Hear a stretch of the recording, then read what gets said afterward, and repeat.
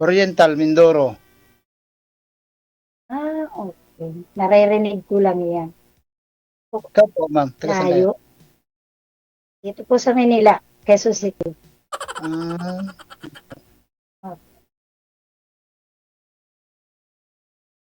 Ah, Sa tagal ngayon po po, kami. nandyan po kayo. Opo, ma'am. Dito po kami. Ano naman ang pinagkakabala niyo dyan? Ay, bukid lang po, ma'am. Kami, Huwag niyo pong ilalang yan. Ang mahalaga mayroon. Opo. ilan taon na Mahalaga kayo, ma'am? mayroon tayong 56 po. Tanda, no? 61 nga po ko eh. Ah, Ilan po anak ninyo? 3. Pero may asawa na. Ah, May aso. So, first time ko po na magkaroon ng kausap dito sa programa ni DJ. parehas po tayo, ma'am. First, Parehas first po tayo. time ko po. Ah, Opo. parehas po tayo, ma'am. Thank you po, Parehas. DJ. Kasi naghahanap ka ma'am ng Kasi makakasama kasi sabi mo may business ka naman, no? Ay gusto mo may makatuwang ka? Mula po nung nabiyuda ako ay lagi na ako nakasubaybay sa programa niyo po. Oh, Kaya hanggang ngayon, ilang hindi, years? hindi rin ako first time ko po na matawagan, may makausap. Hmm. 3 years ka ng byuda, ma'am, no? Yes po. Wow. Ikaw, Husher, ilang taon na po kayong byudo? 6 na taon na po. 6 na taon. Oh, tagal na rin, no? Nagka-girlfriend ka na, sir, sa 6 years? Nagkaroon na rin po. Te, Kaso lang po, sir, bagay, siguro inarating dahil sa buhay ng tao yung hindi magkauno, kaya nakakahiwalay po. Walay din po kami. ay.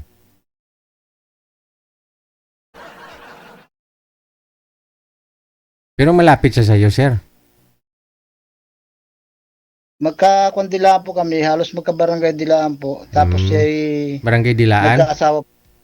Opo. Magkabarangay dilaan po kami, kaso lang siya po ay nagkaasawa sa ibang lugar. Tapos nagkaanak sila. Nung bandang huli ho, ay bumalik po siya doon sa dati diyang naging asawa.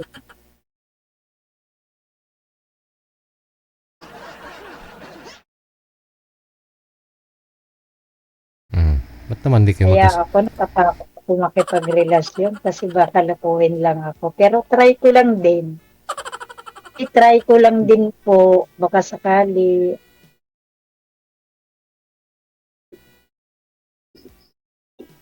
Pero salamat po, DJ, sa Pangalawa mo na yan. Kausapin mo si sir.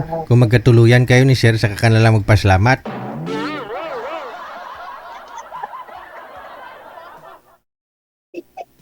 tuluyan talaga. Ang layo niya po eh. Yun na nga yung sinasabi ko. Kasi hindi nag-workout. Sabi ni sir, isang barangay lang sila, barangay Dilaan. Tapos naghiwalay din. Ngayon, try niya pong malayo, no? Maganda ho yung malayo kasi kailangan mo sadyain muna para makita ka, di ba, sir? No? Doon mo masusukat Opo. kasi yun eh, masusukat yung pagmamahal ninyo sa isa't isa, lalo pag na-miss ninyo ang isa't isa. Saka pagka pinuntahan niya ako, diyan ko masusubukan na kung talagang gusto niya ako. Correct. Naibibinta niya muna yung 50 sako ng palay niya para makapunta sa'yo. Yan ang tunay Wala na sasakay ka pagmamahal. ng bangka. Bali ang bukid ko ay niyog at saka mga saging hula, solis. Meron po. Ay, hindi pala yan. Nasa inyo po yan. Niyog po, at saka yung mga saging. May bunga naman yung niyog, sir. Di magaling ka pala umakyat ng niyog. O, mamo, kita mo. Niyog nga inaakyat, ikaw pa.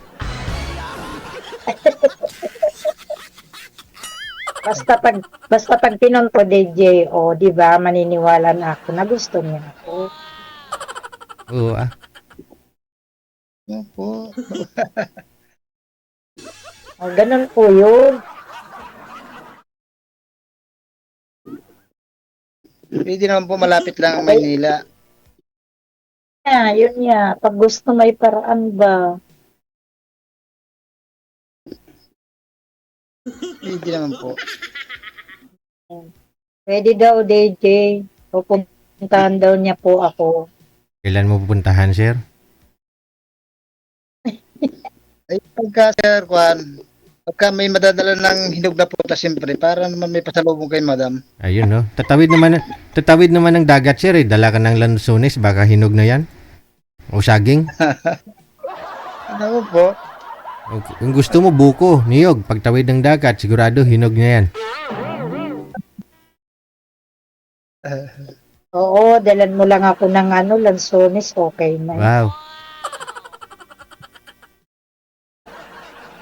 Anong gusto mong lansones, ma'am? Yung maliit lang yung buto? Gusto ko pong malalaki. Ay.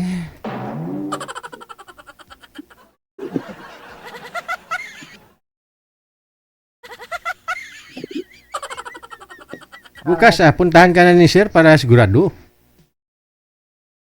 Yun nga po, dapat pumunta ka dito, sir. Ano po bang pangalan mo? Bernard. Bernard po. Ako nga pala si Arlene. Hi, Bernard. Ay, Eileen. Ano? Ano mo na lang ako para magkaroon, may chance pa rin yung iba na makausap Ay. ni Daisy. Magtanong muna kayo, ma'am. 2 minuto pa lang, oh. Madali ka.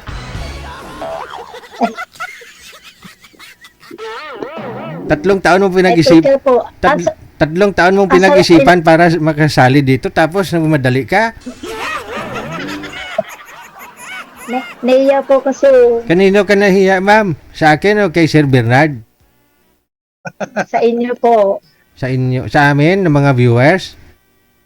Yes po. Huwag kang mahiya. Inggit na nga sila sa cleavage mo, eh. Asset ko po yan, asset. Wow. Yan ang props. Yun pala.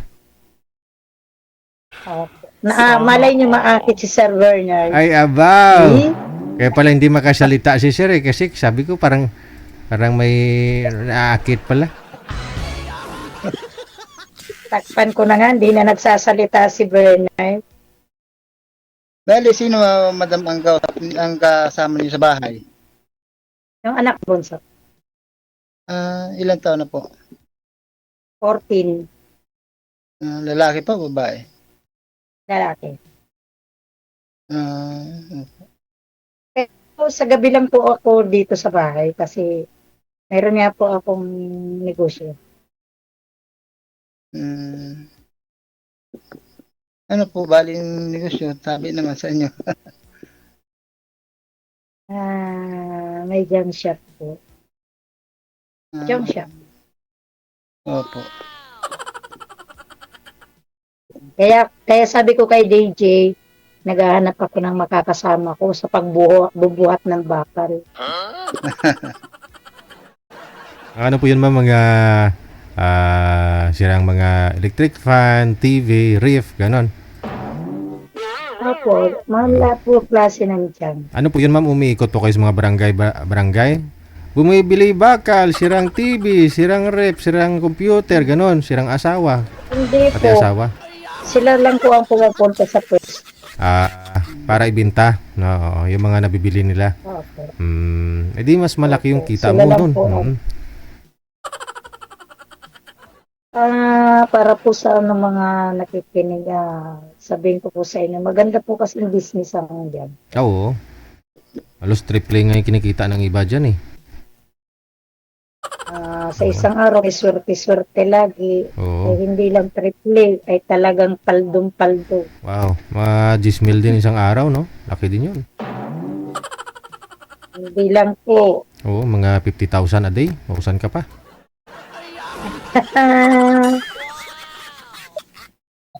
Kaya kitain yan, no? Lalo pat wala. Ano, Bernard, gusto mo nang Oo. tumawid sa dagat? O, para makarating ka dito? Gusto mo po sana, kaso lang, edi, kung ba'y mag-aantay siyempre nung sabi nga ni Sir DJ, yung madadalang lansunis man lamang. Ala, Kailan pa ma-harvest, Hindi na- sir? hindi na kailangan niyang daladalang yan. Basta Oo. ikaw ang personal mo ang gusto kong makarating dito. Yun, oh. Oh, hindi pagbaba mo ng Cubao, sir. Sir, pagbaba mo ng Cubao, punta ka na lang sa farmers market. O, dyan po kasi, marami ka mabibili ng mga lansunis. Doon naman dyan, galing naman po dyan sa inyo. Medyo mahal nga lang, pero at least di ka na nagbitbit. Oo. Hindi ka na nahirapan Oo magbitbit. nga po. Mm, Hindi na siya nahirapan magbit-bit. correct. Mm.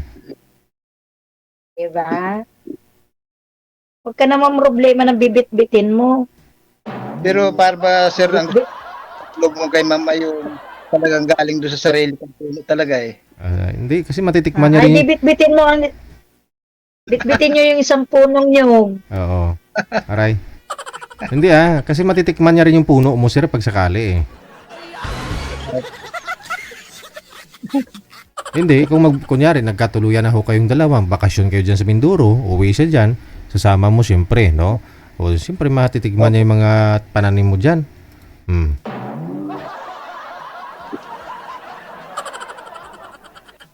Oo, sumama kaya si Ma'am. Oo naman. Naman, sa pag-uusap yan, kung talaga huwag mo naman pa ang masyadong judgment. Usap yan. Ay di, subukan mo, sunduin mo ko dito, sasama ako dyan.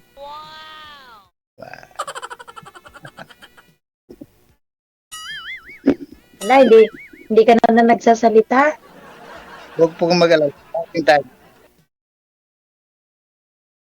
Ano? Naman, baka naman ay mayroon magalit dyan kapag nagpunta ko dyan sa inyo. Wala naman po, Ma'am, at dahil kuno 6 na taon na rin hong namayapa yung aking kuno, yung aking misis. Okay. Diabetes po kinamatay Oo, ng kasi- mister ni ma'am, sir. Sa'yo po, ano kinamatay ni misis niyo, sir? Kuwan po yung colon po yata, colon cancer, bituka. Colon cancer. Hmm. Opo. Hmm. Tapos so, siya ay may sakit pa sa puso. Diyan sa Santo Tomas namatay yun yung aking misis. Batangas? Opo. Hmm. Diyan po inatake yun. Tapos so, doon sa hospital ng Tanawan doon namatay na siya. Oo. Bakit nandyan po kayo sa Bata? Ay, ano ba to? Mindoro. Mindoro. Sadyang dito po kami may lupa po kami dito sa Mindoro. Di nung mamatay po yung aking misis, dati kami humibahay sa Santo Tomas na pinapagawa. Ngayon, nung namatay yung aking misis, hindi na namin nilipatan yung bahay na pinapagawa ng aking mga anak. Hmm. Bumalik na lang po kami dito sa Mindoro. Oo, maganda pag sa probinsya nakatira. Saan kayo dyan, ma'am? Saan po kayo banda sa Batasan? Dito po sa may barangay, Station 6. Mhm. Malapit mismo sa palengke. Malayo na, no? Malapit lang po. Dito lang sa palengke ng ng Batasan. Mhm. Diyan din po banda yung ninyo, shop. Opo. Dito lang po malapit lang. Walking distance lang po. Mhm. Meron din po kung kamag-anak sa Quezon City. Sa may, dyan po yata, Balara po yata yung kanila. Puting tricycle yung kanilang lugar na Sa Balara. nagbabiyahe sa kanila. Malapit yan. Malapit yan dito. Mm. Nandun po yung may kamag-anak po yan. Lugar na yun. At least kung di mo na makayanan si madam, kunyari, under ka ni madam, pwede ka pumunta sa mag-anak mo. Hindi naman po siguro Sir DJ, mukhang mabait naman si Madam. Malalaman. Hindi naman ganon. Malaman mo din yan, sir, kung magsama na kayong dalawa. Oh, pero Yes, kung pabuhatin ka ni madam ng pabuhatin ng bakal, kung di mo na kaya, pwede ka namang umatras eh. Wala ka namang kontrata eh. Nakaiwanan ako ng DJ pagka hirap na siya. Sabi siguro, ako ang gusto niya buhatin, hindi yung bakal. Arag eh. Hmm. Ouch.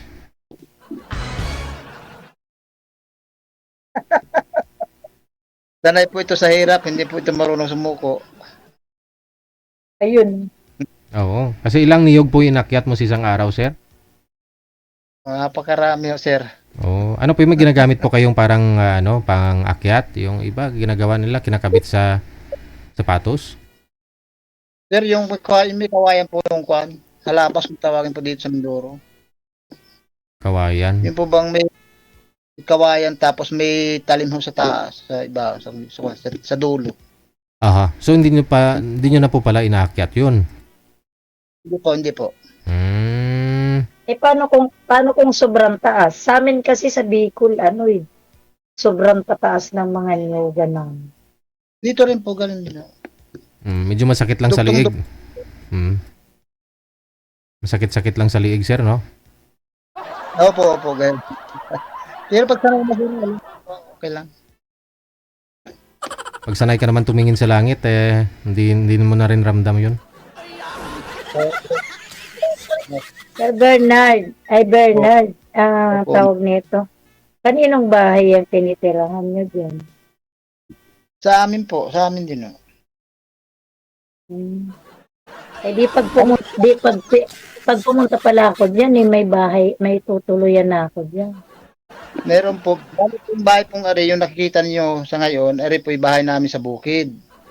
Tapos po may bahay dito sa bayan. Nandun naman po yung aking mga anak na iba.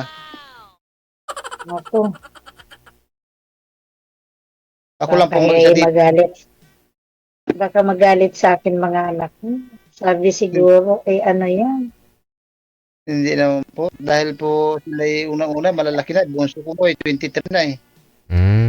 Kaya sabi, Hindi na pala nag-aaral, no? kung graduate na po, nandiyan po sa Maynila sir, nagtatrabaho na rin po. Ayun naman pala eh. Ilan po ba anak niyo? Dito lang madam. Aray ko, ang dami. May mga kanya-kanya na pong trabaho sila. May pamilya na rin, no? Bali, sa pito sir ay dalawa pa lang yung may pamilya ho. Parehas naman pong yung tinatanong na parehas pong nandiyan naman sa Dubai sila. Yung dalawang may pamilya ko. Oho. Edi yung iba niyo pong mga anak na wala pang pamilya, medyo may edad na rin, 30 plus na rin, no? Po, yung aking panganay po ay 40 na. Pinata pa rin. Aray.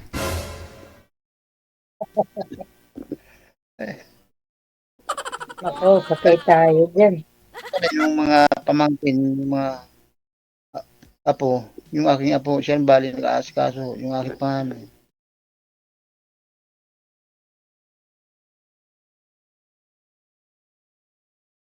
Pinanghinaan na si madam. Ha? Nanghinaan ka na yata ng loob po. Ano daw? Dahil anak.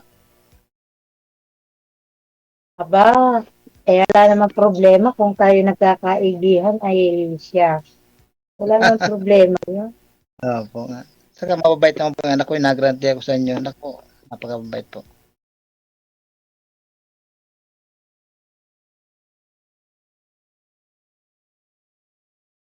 So, ano naman masasabi mo, Bernard? Parang inaantok na si DJ. Hindi pa ako inaantok, ma'am. Hindi ako natutulog paggabi.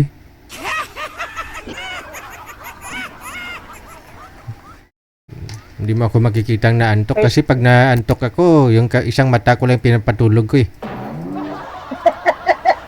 Oo. Pag naantok na naman yung isa naman. Ganun pala yun. Try ko nga rin yan para hindi rin ako antukin. Oo. Gising ka pa rin.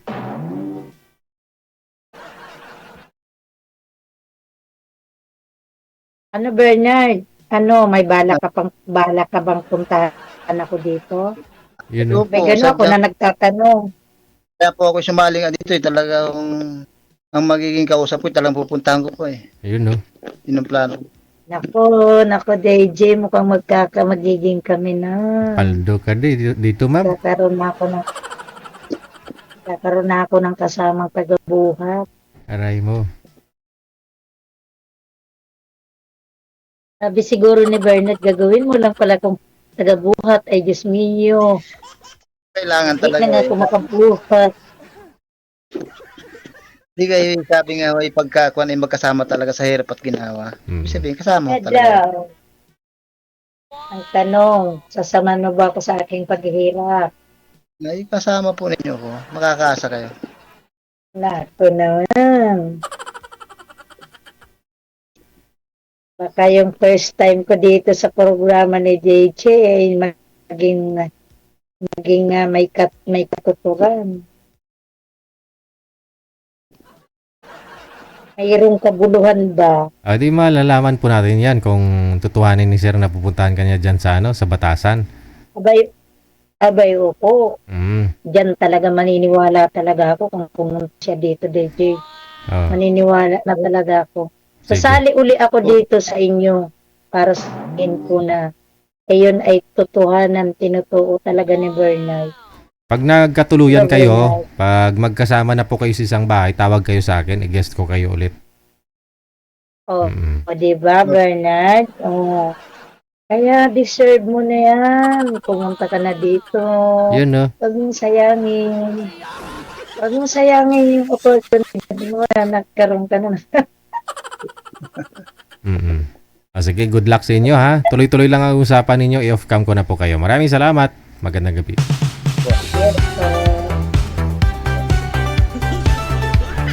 Paldo na naman si Iyay. Yung kinikita niya 10,000 araw-araw, no? Oh, buhay na dun si Sir. Laking kita sa sa junk shop ha. Bibilhin mo minsan yung sirang ref, 400, no? 400 pesos lang, bibilhin mo, no? Pero pag naayos mo, may benta mo ng 2,000, 3,000, oh. Paldo!